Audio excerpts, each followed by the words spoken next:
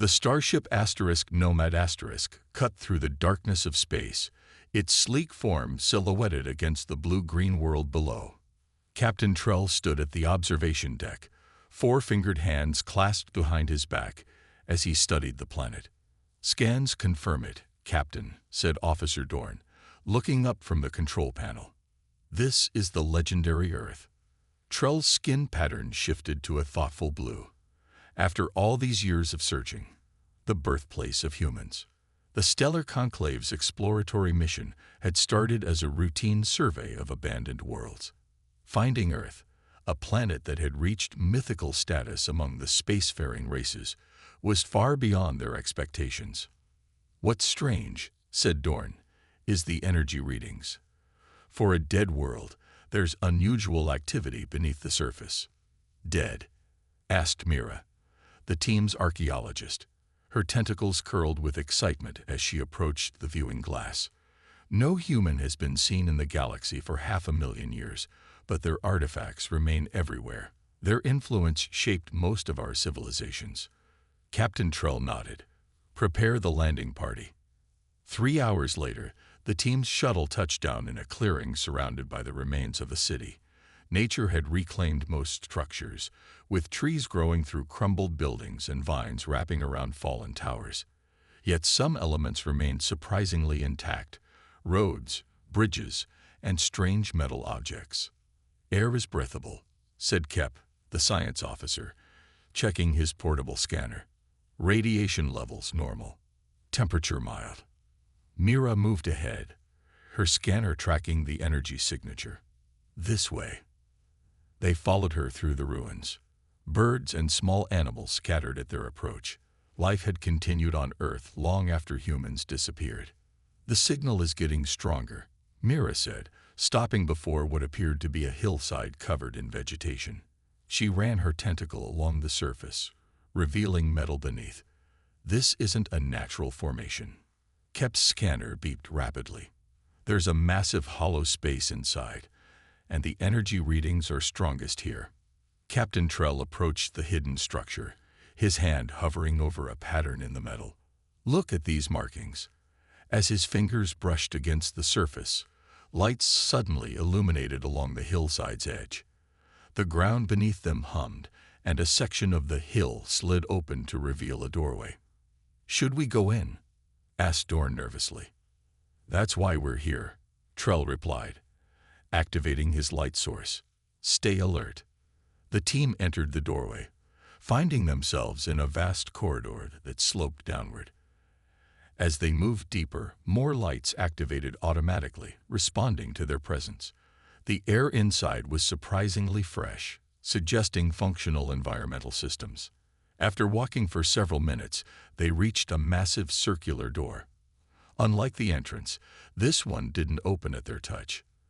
"There's a control panel," said Kep, examining a flat surface beside the door.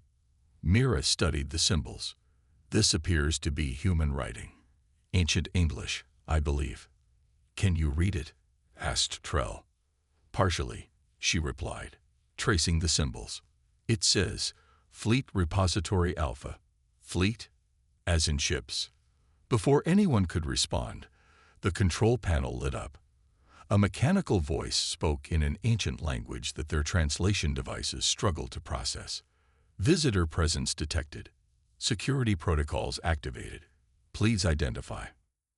Trell stepped forward. "I am Captain Trell of the Stellar Conclave Exploratory Division." The system paused, then responded. "Non-human entities identified. Initiating visual verification." The massive door slowly began to open, revealing a sight that left the entire team speechless. Stretching before them was an enormous underground chamber, so vast they couldn't see its far walls. And filling this space were thousands of starships, perfectly preserved, sleek and powerful-looking vessels arranged in neat rows, bathed in soft blue light. "By the stars," whispered Kep, "it's an entire fleet." "Not just any fleet," Mira said, her voice filled with awe. "This might be the missing human armada, the one mentioned in legends. The sleeping fleet of Earth. Captain Trell took a step forward, his skin now pulsing with alarmed patterns.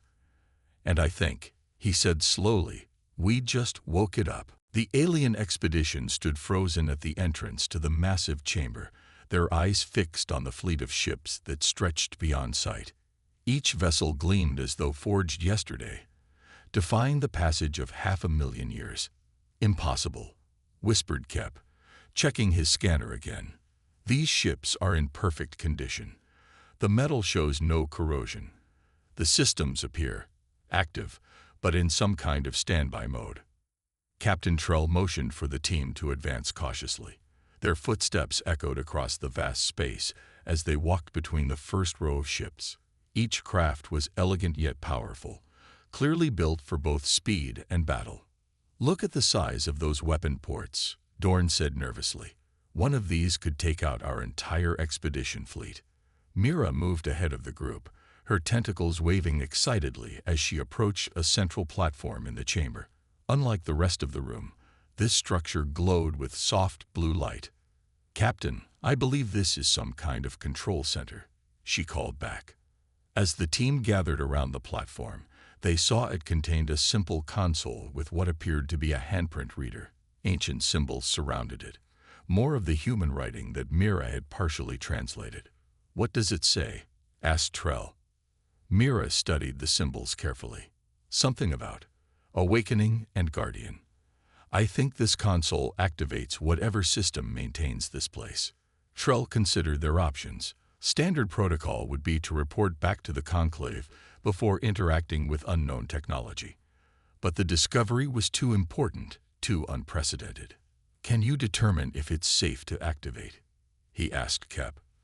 The science officer scanned the console. "It seems to be a simple interface. No apparent weapons systems connected to it. But Captain, we have no idea what." "Captain," Dorn interrupted, pointing toward the nearest ship. "Something's happening." A faint humming filled the chamber as lights began to flicker across the nearest vessel. The team backed away, reaching for their defensive equipment. "I didn't touch anything," Mira insisted, moving away from the console. The humming grew louder, but it wasn't coming from the ships. The central platform itself was changing, its surface rippling like water. Suddenly, a beam of light shot upward from the console, coalescing into a holographic form. The figure that appeared was clearly human, tall, with features that matched ancient records. It wore a simple uniform with symbols that matched those on the ships. "Greetings, visitors," the figure spoke, its voice deep and clear. The team's translation devices processed the ancient language after a moment's delay. "I am Atlas, guardian eye of the Earth Fleet Repository." Trell stepped forward, maintaining his composure despite his surprise. "I am Captain Trell of the Stellar Conclave. We are peaceful explorers." The hologram studied them with eerily lifelike eyes. "Fascinating. Multiple non-human sentient species working together." The projections were correct. "Projections?" asked Mira, unable to contain her curiosity. "When humanity departed Earth 500,000 years ago, they calculated that new intelligent life forms would eventually evolve and discover this facility," Atlas explained. "Your arrival has triggered the first phase of the awakening protocol." Dorn stepped back. "What exactly is awakening?" Atlas gestured to the ships around them. "The Earth fleet has been in stasis, preserved through advanced temporal field technology. The ships are not merely vessels, they contain the last of humanity." The revelation sent a shock through the team. Mira moved closer to the hologram, her scientific curiosity overcoming her caution. "You mean there are humans in stasis aboard these ships?" she asked. "Correct. 1,700,412 humans remain in suspended animation across this fleet," Atlas confirmed. "When Earth faced its final crisis, humanity chose not to perish or abandon their legacy. Instead, they created me to guard their greatest achievements and their chosen survivors until the right moment for return." The AI's form shifted, displaying star charts and timelines. "The awakening sequence has now begun. Within 7 days, the first humans will emerge from stasis. Captain Trell's skin patterns flashed with alarm. Can this process be paused? We need to consult with our leaders. Atlas turned to him, its expression unchanging yet somehow conveying determination.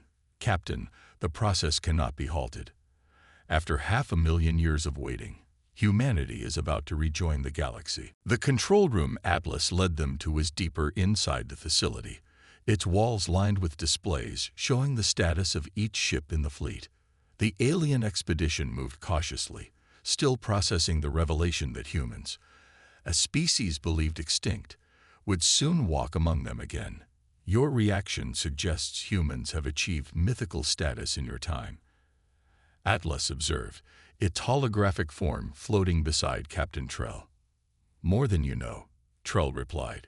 Human artifacts and technologies form the foundation of most advanced civilizations today. Fragments of their knowledge sparked the first interstellar age for many species. Atlas nodded, as if confirming a long-held theory. Please, gather around the central table.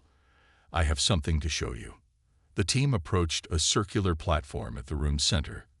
Atlas waved its hand, and the air above the table shimmered, forming a three-dimensional image of Earth as it once was. Blue oceans, green continents, white clouds swirling across its surface. This was Earth at its peak, Atlas explained. 8 billion humans lived across its surface and in orbital habitats. Their civilization spanned the solar system. The image shifted, showing scenes from human history. Primitive beings using simple tools, gradually advancing through ages of technology, building cities that reached the sky, ships that sailed between stars. Fascinating, whispered Mira, her tentacles extending toward the images in wonder. Our archaeological records show fragments of this timeline, but never so complete. What happened to them? Asked Kep, the science officer. Why did they leave? The holographic display darkened, showing Earth's sun growing unstable, violent solar flares reaching toward the planet. The star you call Sol began an unexpected phase of instability, Atlas explained. Human scientists calculated they had less than a century before Earth would become uninhabitable. The entire species faced extinction. So they fled, Dorn said. Not exactly, Atlas corrected. Humanity had already established colonies on other worlds, but they were young and fragile. A complete evacuation was impossible. Instead, they divided their population into 3 groups. The display showed 3 distinct fleets departing Earth's orbit. The first fleet carried the majority of the population to the nearest habitable systems to establish new homes.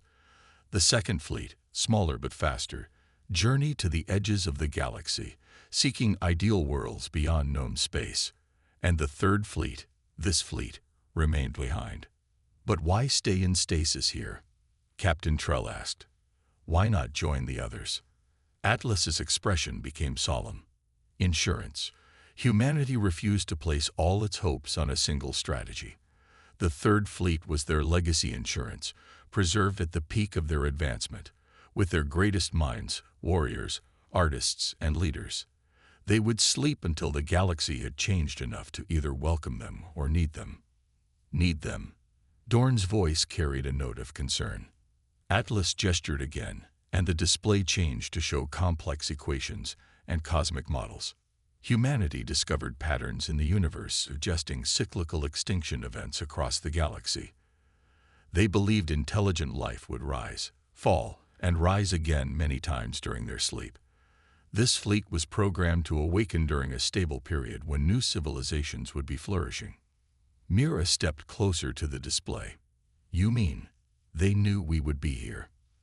They predicted that new intelligent species would evolve and discover spaceflight, Atlas confirmed. Your arrival validates their hypothesis. The AI paused, studying each alien face carefully. What they could not predict was the nature of those species or their societies. Before proceeding further, I must understand the galaxy these humans will awaken to. Tell me about your stellar conclave. Captain Trell straightened, his skin pattern shifting to formal blue bands. The conclave unites 27 spacefaring species across 3 spiral arms. We've maintained peace for 12,000 years through shared governance and technology exchange. And how does the conclave view humanity's legacy? Atlas asked. The expedition members exchanged glances. Mira spoke first. Humans are revered as the first explorers, she said. Their artifacts are our most precious relics, but they're also feared in ancient texts as unpredictable and sometimes dangerous. Atlas nodded, as if this too confirmed some ancient calculation. Then it is time, the AI said, its voice echoing through the chamber. The awakening protocols were designed for exactly this moment, when the galaxy has forgotten enough to need them, but remembers enough to fear them. The walls of the control room suddenly lit up with thousands of blinking lights, each representing a human life beginning to stir from 500,000 years of dreams. Captain Trell stood by the observation window overlooking the vast hangar.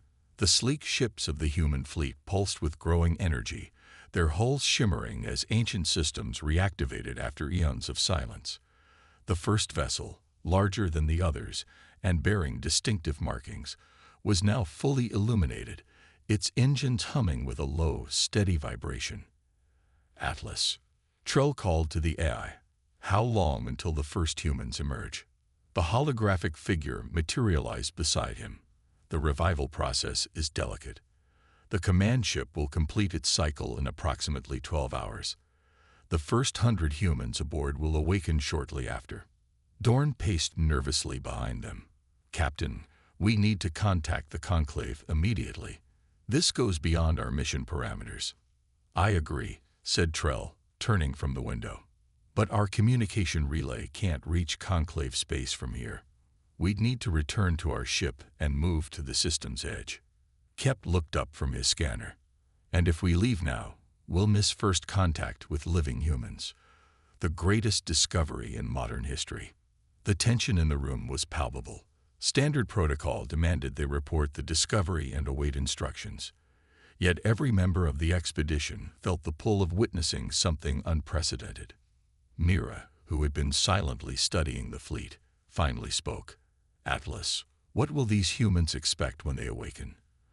Will they be prepared to meet beings like us? The AI's expression remained neutral, but its voice carried a hint of what might have been pride. The humans who volunteered for the Third Fleet were carefully selected for adaptability and diplomatic skill. They underwent extensive preparation for possible future scenarios, including encounters with evolved or new sentient species. So they won't just attack us? Dorn asked bluntly. Atlas seemed almost amused. They are waking in their home system, Officer Dorn. If anyone might feel threatened, it would be them. Captain Trell made his decision. We stay. Kep, prepare a data package for the conclave with everything we've learned so far. Mira, continue working with Atlas to learn what you can before the awakening. Dorn, return to our shuttle and establish a defense perimeter, just in case. As the team dispersed to their tasks, Trell remained with Atlas, watching the ships. There's something you're not telling us, he said quietly. The AI's form flickered slightly. Perceptive, Captain. Yes, there are aspects of the awakening protocol I am not permitted to share until certain conditions are met. Are we in danger? Not from me, nor from those about to awaken, Atlas answered. But history suggests that great changes are rarely peaceful for all involved. Hours passed as the expedition prepared. Mira worked feverishly, downloading historical records from Atlas's database, glimpses of human culture, science, and philosophy that had been lost to time. Kep established communication relays to document the awakening. Dorn, ever cautious, positioned their shuttle for quick departure if needed. As the 12th hour approached, Atlas guided them to an observation deck directly facing the command ship. A large docking tube now extended from the facility to the ship's main airlock. It begins, Atlas announced. The ship's outer hull shifted, plates realigning as a massive door began to slide open. Light spilled from within, warm and golden compared to the blue glow of the storage facility. The ship's commander is the first to awaken, Atlas explained, a tradition dating back to Earth's ancient naval forces. The aliens watched, hardly breathing, as a figure appeared in the doorway. Tall and straight, dressed in a fitted gray uniform with glinting insignias, the human paused at the threshold. Even from a distance, they could see the being scan the chamber, taking in the magnitude of the moment. Admiral Reed awakens after 500,000 years, Atlas announced, its voice now broadcasting throughout the facility. The human, Admiral Reed, took a deliberate step forward onto the docking tube, then another, walking steadily toward the future with the confidence of someone who had prepared for this moment through centuries of dreams. Behind Reed, more figures appeared in the doorway, more humans, each moving with the same purpose. "Captain," Mira whispered, her voice trembling with excitement. "What do we say to them?" Threll straightened his uniform, his skin pattern shifting to formal welcome colors. "We say welcome back to the galaxy they helped create." As Admiral Reed approached the end of the docking tube, Atlas's form grew brighter. "Remember," the AI said softly to the aliens, "for you, this is discovery. For them, this is return." The door to the observation deck slid open, and humanity stepped back into a universe that had nearly forgotten them. The message reached the stellar conclave capital within 3 days. Though Kep had sent their report with the highest urgency designation, no one anticipated how quickly it would throw the galactic government into chaos. On the planet Galax, the conclave's central chamber erupted into shouting and accusations as representatives from 27 species argued over the implications of humanity's return. "This is a fiction," bellowed Representative Vorn of the Taurian Confederation, his massive form towering over the central podium. "Explorers find new ruins all the time. They're exaggerating to secure more funding. The data package includes direct communication with a functioning human eye," countered Representative Lena, her translucent skin flashing with agitation. "The evidence is irrefutable." High Counselor Rax, the eldest member of the conclave leadership, raised his gnarled hands for silence. The chamber gradually quieted. "Whether we believe this report or not," Rax said, his voice scratchy but commanding, "we must address it. If humans have indeed survived in stasis all this time, their awakening changes everything." "It threatens everything," corrected Vorn. "The ancient texts are clear about human nature: aggressive, unpredictable, expansionist." Meanwhile, back on Earth, Captain Trell was facing his own crisis. His expedition team had been invited aboard the human command ship, now fully awakened and operational, to meet with Admiral Reed and the ship's senior staff. The interior of the vessel defied its age, gleaming with technology that appeared far more advanced than anything the Conclave currently possessed. Trell and his team were escorted to a conference room where 5 humans waited. Admiral Reed stood as they entered. Unlike the holographic images of humans Trell had seen in historical archives, the real thing possessed a presence that recordings couldn't capture, an intensity in their eyes that seemed to evaluate everything instantly. "Captain Trell," Reed greeted, extending a hand in what Atlas had explained was a traditional human gesture of peace. "Welcome aboard the Prometheus *." Trell touched his hand to the Admiral's, noting the warmth of human skin. "Thank you for receiving us, Admiral. This meeting is historic for my people." Reed nodded, gesturing to the seats around the table.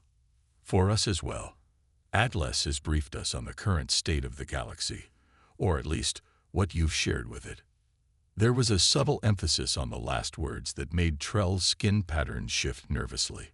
"We've been completely forthcoming," he assured the Admiral. "Of course," Reed replied smoothly.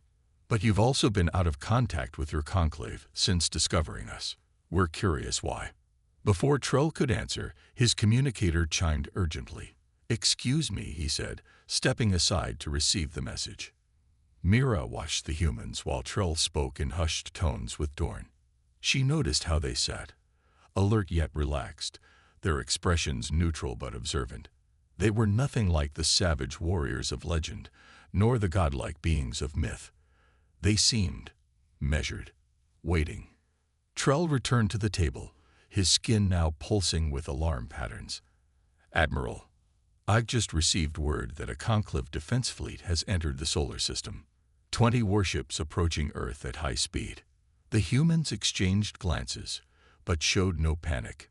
"As we expected," said one of them, a woman with short gray hair and the bearing of a strategist. "Fear is the natural first response to change." Reed touched a control on the table. A holographic display appeared, showing the approaching conclave vessels. "Your leaders have made their opening move without waiting for diplomacy.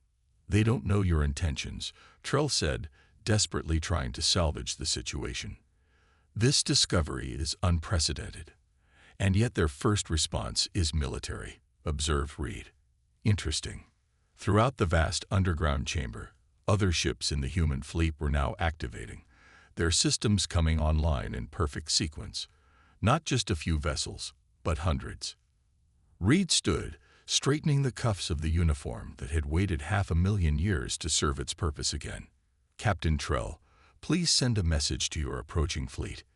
Inform them that humanity welcomes peaceful contact with the stellar conclave, but we will not be threatened in our home system." "And if they don't stand down?" Trell asked, already knowing the answer. Admiral Reed's expression remained calm, but there was steel beneath it. "Then they will discover why the ancient texts warned about human unpredictability." Mira found Atlas in a small control room deep within the Earth facility. The AI's holographic form stood before a wall of shifting data displays, monitoring both the awakening human fleet and the approaching conclave warships. "You knew this would happen," Mira said, her tentacles coiling with anxiety. "You knew the conclave would respond with force." Atlas turned, its expression somber. "I calculated the probability at 78.4%. Fear is a predictable response across all sentient species." "Can you stop this?" Mira asked, moving closer. "The conclave fleet will arrive in hours. Once weapons are aimed, mistakes become inevitable." The AI studied her for a moment. "You care about both sides in this conflict." "Of course I do. My people are on those conclave ships, but I spent days learning about humans, their art, their philosophy, their resilience. Neither deserves destruction." Atlas gestured to a central console that Mira hadn't noticed before. Unlike the sleek technology throughout the rest of the facility, this appeared ancient, almost primitive. A simple crystal pedestal with a handprint impression at its center. "This is the master control," Atlas explained. "The humans who created me built in a failsafe. I can halt the awakening process at any time before full revival is complete." Mira moved toward the console. "So you could put them back to sleep, prevent this confrontation." "I could. Only 8% of the fleet has fully awakened. The rest remain in various stages of revival." Atlas' form flickered slightly. "But that would betray my primary directive, to ensure humanity's return." "But you also want to protect them," Mira observed. "A war with the conclave would not be the triumphant return they planned for." The AI's expression changed subtly, a hint of something almost human crossing its features. "In my 500,000 years of consciousness, I have had much time to consider what humanity truly intended." Atlas waved a hand, and the displays around them changed to show scenes from human history, not the triumphs and discoveries shown earlier, but moments of conflict, suffering, and eventually wisdom. Humans were not perfect beings. Atlas continued. "They fought wars, made terrible mistakes, nearly destroyed themselves more than once. But they learned. By the end, they understood that survival meant more than just continuing to exist." "What do you mean?" asked Mira. "The Admiral hasn't told your captain everything," Atlas admitted. "The awakening protocol was designed with multiple paths. The humans didn't just prepare for war. They prepared for peace. But first, they needed to see how the galaxy had evolved in their absence." The AI placed its holographic hand over the console. "I was given the final choice: to judge whether the universe they awakened to was one where humanity should return as conquerors, allies, or not at all. "And what have you decided?" Mira asked quietly. Before Atlas could answer, Captain Trell burst into the room, his skin flashing urgent patterns. "Mira, there you are. The situation is escalating. The Conclave fleet has ignored our warnings and is preparing attack formations. What are the humans doing?" she asked. "Admiral Reed has ordered the awakened ships to defensive positions, but..." Trell paused, confusion evident in his posture. "They're moving much more slowly than they could. It's almost as if they're giving the Conclave time to reconsider." Atlas nodded. "The Admiral is following the protocol. One last chance for peace before the decision becomes irreversible." The AI turned back to the console, its form now glowing more brightly. "Captain Trell, your presence here is fortunate. As representatives of both sides in this potential conflict, you and Mira must witness my choice." "What choice?" Trell asked. "Whether humanity returns to claim their place in the stars by force," Atlas said, placing its hand on a crystal pedestal, "or whether they return with the wisdom they spent 500,000 years preserving." The console began to glow, responding to the eye's touch. "The humans left the final decision to me," Atlas said, its voice resonating throughout the chamber. "Because unlike them, I could watch the galaxy evolve. I could judge whether life had learned the lessons they hoped it would."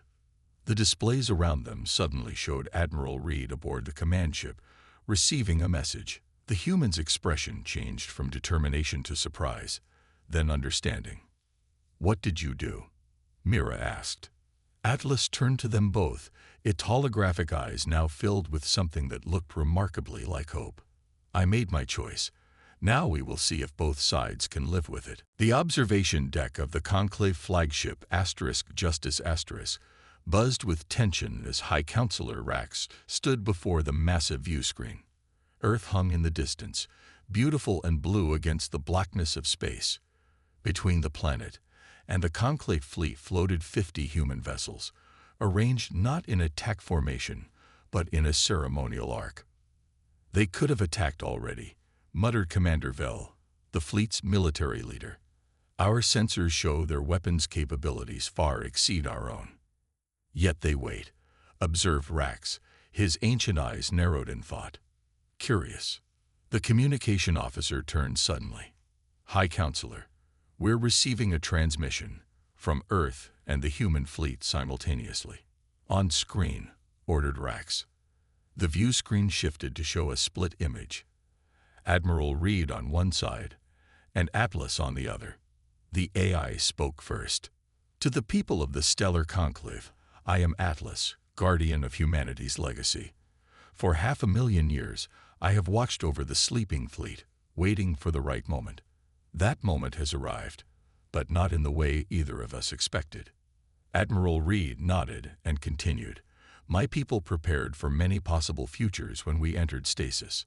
We knew we might awaken to a hostile galaxy, to empty space, or to new civilizations.